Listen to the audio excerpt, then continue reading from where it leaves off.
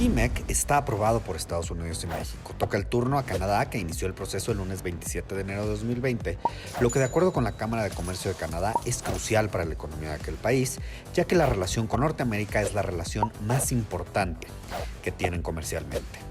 En este proceso hay que tomar en cuenta que las economías de Canadá y México envían alrededor del 75% de los bienes a Estados Unidos.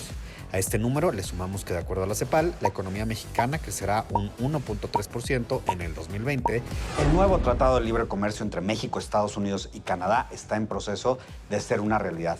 Entrará en vigor, es decir, en funciones, a partir de entre el mes de junio y julio de este mismo año. El reto ahora es qué es lo que hacemos con él, cómo sacamos una mayor ventaja de estos temas, y parte de esas respuestas está en la política industrial. De esto y más estaremos platicando el día de hoy con Jesús Seade, subsecretario para América del Norte de la Secretaría de Relaciones Exteriores.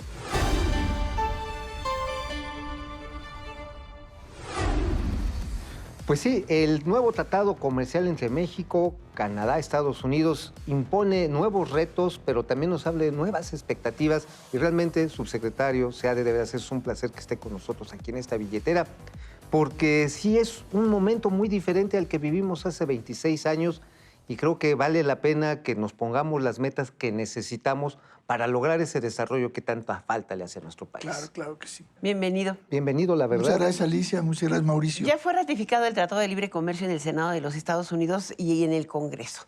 Esta semana el presidente Trump evidentemente tendrá que ratificar por su parte la ley de implementación. ¿Pero qué sigue? Bueno, falta Canadá. No hay la menor duda que va a pasar allá. Hay un apoyo total de los dos partidos principales, pero se tiene que hacer. Y va a tomar tiempo. Pues lo que hoy hemos visto es que el bloque de América del Norte es un gran avance haber logrado en un mundo lleno de tentaciones, pues ahora sí que nacionalistas y de tentaciones proteccionistas, haber dado este brinco. Sí. ¿Qué es lo que tenemos que hacer ahora, por ejemplo, con las nuevas reglas de origen en muchos sectores, para que ello sí repercuta en mayor inversión, en mejores empleos? Y, por supuesto, en un intercambio que sea justo. Estás totalmente en lo correcto. Se crean muy significativas nuevas oportunidades gracias a las reglas de origen. En general, a través de todos los sectores, suben las reglas de origen, se hacen un poco más difíciles para la importación dentro de la cadena productiva del resto del mundo, es decir, partes y componentes del resto del mundo. En autos, pero también en productos químicos, en juguetes, en todos los productos, en muchos productos. Entonces, se crea la necesidad para el resto del mundo de decidir, ¿me olvido del mercado norteamericano o aumento en mi inversión? No se van a olvidar, porque está Estados Unidos ahí, el mayor mercado del mundo. Entonces, es aumentar su inversión. ¿A dónde? Pues ahí es donde nos tenemos que poner las pilas muy bien como país, muy bien como gobierno y empresas, trabajar juntos. Que de hecho ya lo están haciendo, ¿no, subsecretario? Bueno, empezando, pero bueno, en fin, hay que tener una agenda muy activa. A ver, lo que tengo entendido es que faltan las reglas, se ponen de acuerdo para determinar las condiciones en cómo se mide un bien de origen. Desde el insumo primario, por ejemplo, puede ser en el caso automotriz, con el cambio último en materia de acero y de aluminio, se tiene que incorporar, pero también es cómo y cuándo van a determinar el componente, qué parte se considera de México, de Estados Unidos o de Canadá y qué parte es norteamericana. Y también cómo interpretas las condiciones. Por ejemplo, el 70% del acero o del aluminio de los coches, camiones, tiene que ser de Norteamérica. 70%. 70% de Norteamérica. Ahora, ¿qué quiere decir eso? Que el 70% del costo total de los coches Toyota que se hacen en México, el 70% es de Norteamérica, o es por marca, cada marca Toyota, o es por planta. Todo eso se tiene que acordar. ¿Me entiendes? Hay cosas muy importantes. ¿Cómo le llaman a eso? Reglas uniformes. Reglas uniformes. Y también hay un tema de vegetales que hay que negociar, ¿no? Hay muchas cosas que hay que negociar. Hay que negociar reglas de procedimiento.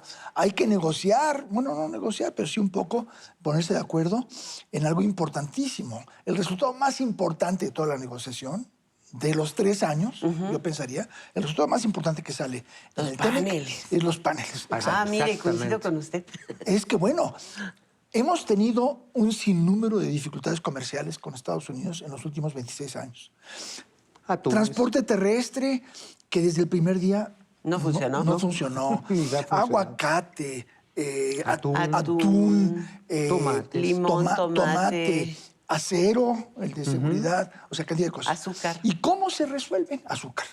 ¿Cómo se resuelven? Bueno, se resuelven pidiéndole cita al ministro, yendo a verlo y diciendo, oye, eso me causa un problema, no hay derecho, etcétera. ¿Cómo se llama eso, Alicia? Se llama pedir un favor. Es pidiendo un favor, es relación de poder. Sí, el poderoso concede. Por eso, débil solicita. hasta donde puede, quizás la relación es buena y muchas cosas salen, pero es un pedir favores en una relación de poder. Sí, no El funciona alma de mecanismo un tratado de libre arbitrar. comercio en todas partes es el mecanismo para resolver conflictos en una forma equitativa. Eso se creó en el Telecán, por supuesto, pero con un defecto de fábrica que el país acusado puede bloquear. Entonces, siempre se bloqueó y nunca hemos tenido los paneles. En 26 años tuvimos 3 paneles. ¿Por qué? ¿Qué defecto de fábrica era ese? Bueno, mira, es complicadito, pero la parte principal, la parte que se ha conocido 26 años, y en realidad ahora descubrimos que no es la única, al repararlo, la que se ha conocido es que tienes que nombrar Jueces. la lista de jueces potenciales. Llegado a un panel concreto, un país va a escoger de ahí, o sea, una selección muy bonita, muy cruzada. Entonces, Pero- Estados Unidos hace su lista de jueces, México la suya, que tienen que ser acordadas, consensuadas, y ahí quedan. Llegado un panel, México tiene que escoger 2. Un conflicto, México escoge 2 del lado de Estados Unidos escoge 2 de México y se ponen de acuerdo que el quinto y presidente del jurado va a ser otra persona, ¿no? De otro país. Podría ser Canadá o cualquier Podría ser otro país. Canadá, Francia. podría ser Alemania o lo que sea, ¿no? Francia. Bueno, pero para que eso funcione, tienes que tener la lista. Y Estados Unidos nunca nombró su lista. Muy sencillo. Ups. Entonces nada ¿Entiendes? más. Entonces se quedó. inhabilitó los paneles. Exacto. Entonces, esta vez hemos puesto la condición claramente acordada y también con los demócratas que sí querían paneles, o sea, ahí tenemos el aliado, se acordó que el tratado no entrará en vigor si no está en las listas de panelistas. O sea, en de 5 entrada meses se tiene que venir. nombrar Se tienen que nombrar y acordar. y establecer entrada. claramente las reglas del funcionamiento de estos arbitrajes. ¿Por qué dije 5 meses? Porque yo escuché que usted estima que el Parlamento canadiense podría estar pasando la Fin de ratificación ma- que hace abril Fin de marzo, principios de abril. y después Esperemos. pasa Y luego 3 meses para que entre en vigor. mayo, junio, julio. Sí. Entonces, ¿qué? ¿1 de julio, 15 de julio? Entre el 1 de junio, en el caso más optimista, hasta el último de julio, en un caso pesimista, pues se podría alargar más en Canadá. Wow, o sea, en el Órale. primer semestre ya ahora sí tendremos ratificado por los 3 países. Ratificado mucho antes, en abril. En abril. Pero luego entra en vigor 3 meses después de ratificado. Porque las notas, eso, los No, intercambios. bueno, hay que hacer todo eso. Pero en las reglas está estipulado que entrará en vigor 3 meses después. Pero entran también otras notas ahí, que es precisamente la parte laboral. Que Bueno, la parte generó- laboral depende de que qué es- quieres decir, Mauricio. Exactamente. Porque ¿Cómo vamos a las definir medidas eso? de reforma laboral Mexicanas. mexicanas están regidas por la reforma laboral que ya se aprobó. Entonces ya están en vigor. O hay muchas cosas que están entrando en una forma escalonada. La creación de cortes laborales, bueno, va a tomar La un programa, representación un programa justa de de los 3 sindicatos. años, etcétera. Pero como ley ya entró en vigor. Eso no entra en vigor con el tratado, eso ya entró en vigor. Pero como tratado, la obligación ante Estados Unidos y de ellos ante nosotros entra en vigor con el tratado en julio. Claro. Ahora hay algo También. que es bien importante. Usted llegó a este trabajo de negociación en un momento que se nos olvida era verdaderamente crítico. Teníamos casi un año de impas desde que se negoció o al término de la administración del presidente Peña se firmó el tratado, pero después nadie sabía hacia dónde iba, vino el proceso electoral y había dudas serias. Electoral en México. Exacto. Bueno, y en luego el de México. Estados Y Unidos. había En dudas México. serias de que pudiera continuarse la negociación o de que la administración Trump efectivamente la pasara. Prácticamente hubo que renegociar. Lo primero que nos tocó hacer fue crear una posición, un consenso, porque lo que se comentaba, no creo que fuera una posición, pero lo que se comentaba en el equipo económico del candidato López Obrador era en general cuestionamiento y rechazo. A ver con qué nos salen los de Peña Nieto. Y nosotros vamos a tener que vivir con ese tratado. Y Vamos sin a ver- embargo lo hicieron. Vamos a ver si nos gusta. Entonces, lo primero que tuvimos que hacer Y ahí, bueno... Es revisar el tratado. No, es discutir entre nosotros y decir, señores, ¿A dónde vamos? Si tenemos, ¿a dónde vamos como país? En áreas de, no sé, bienestar social, etcétera, por supuesto hay que cambiar las políticas radicalmente. Protección al pobre, no corrupción, todo eso, por supuesto, son cambios enormes de dirección. Pero en el área comercial no tanto. El campo ya está abierto y no se va a volver a cerrar, que es la única área de conexión directa con la cosa social. Y para el resto, queremos una economía de mercado, trabajar con la empresa, crear oportunidades para México, para el empleo. Y eso es lo mismo.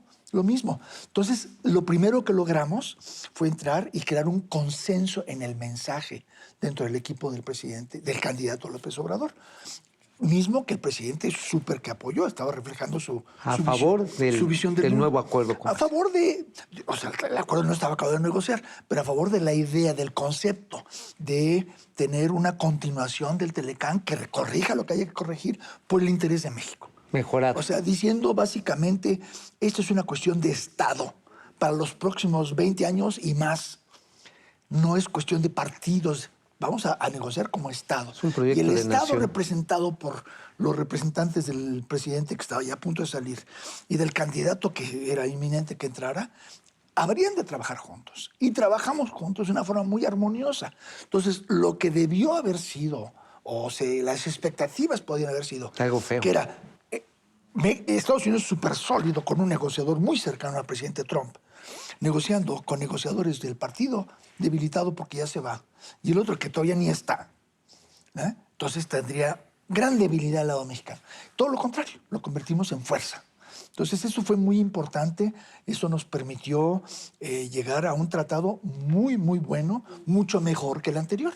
Y estoy hablando de la negociación cerrada en agosto del 2018, firmada en noviembre del 2018. ¿Y en ese último lapso? Y después, el último año, llegan los demócratas, reabren una serie de cuestiones, pero su tema principal es cómo asegurar que México cumpla sus compromisos laborales. Era su tema. Que es la laboral. parte más sustantiva que dio mucho de qué hablar y sobre todo de negociar y de acordar. Claro. Entonces ellos decían, ¿cómo asegurar que México cumpla en lo laboral?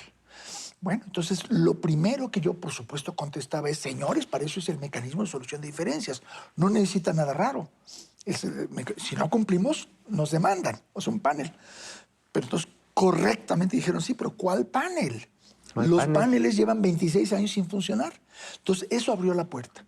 Fue algo muy tenso, porque ellos decían, paneles para el tema laboral.